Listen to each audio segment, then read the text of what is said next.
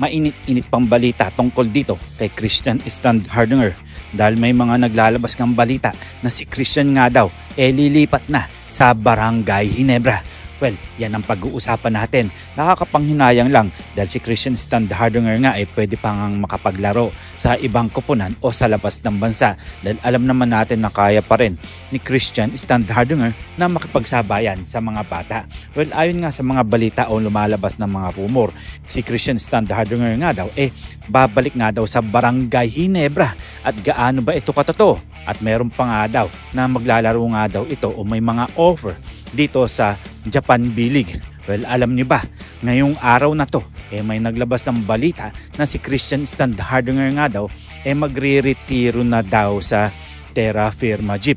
Well, nakakapanghinayang lang no dahil gustong-gusto nga niya makapaglaro sa Barangay Ginebra at wala ng ibang team. Well, kung kukunin man ng Barangay Ginebra itong si Christian, talagang lalakas pa rin ang Barangay Ginebra. At alam naman natin na magiging malaya ulit ito sa Terra Firma Jeep dahil nga magiging unrestricted free agent na naman itong si Christian Standhardinger sa kanyang bagong koponan. Kayo, ano ang inyong masasabi dito? Maganda-ganda kaya yan o talagang matutuloy na ang kanyang pagre-retiro sa Terra Firma o Barangay Ginebra? Well, naging MVP na at marami nang napatunayan dito sa PBA. Well, pang ilang team niya na nga ito dahil nga kung gugustuhin ng Barangay Ginebra o Magnolia Hotshots na kunin ulit ito, wala namang imposible.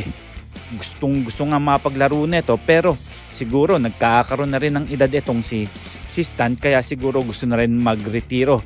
Well, kayo na lang ang humusga at kayo na bahala kung ano nga ba talaga ang mangyayari dito kay Stan. Magre-retiro, lilipat o mapupunta na sa Barangay Ginebra. Well, dumako naman tayo dito kay Terence Romeo. Well, nakita naman natin kahit natalo ang Terra Firma Jeep talagang sumuporta nga itong si Terence Romeo sa kanyang koponan na Terra Firma Jeep. Well, nakakapanghinayang lang no dahil marami na nga nagkalat ng mga balita na si Terence Romeo nga talagang nalipat na sa Terra Firma Jeep at ayon pa nga sa ibang balita na marami nga daw ulit na nag-o-offer dito kay Romeo sa ibang bansa katulad nga sa B-League.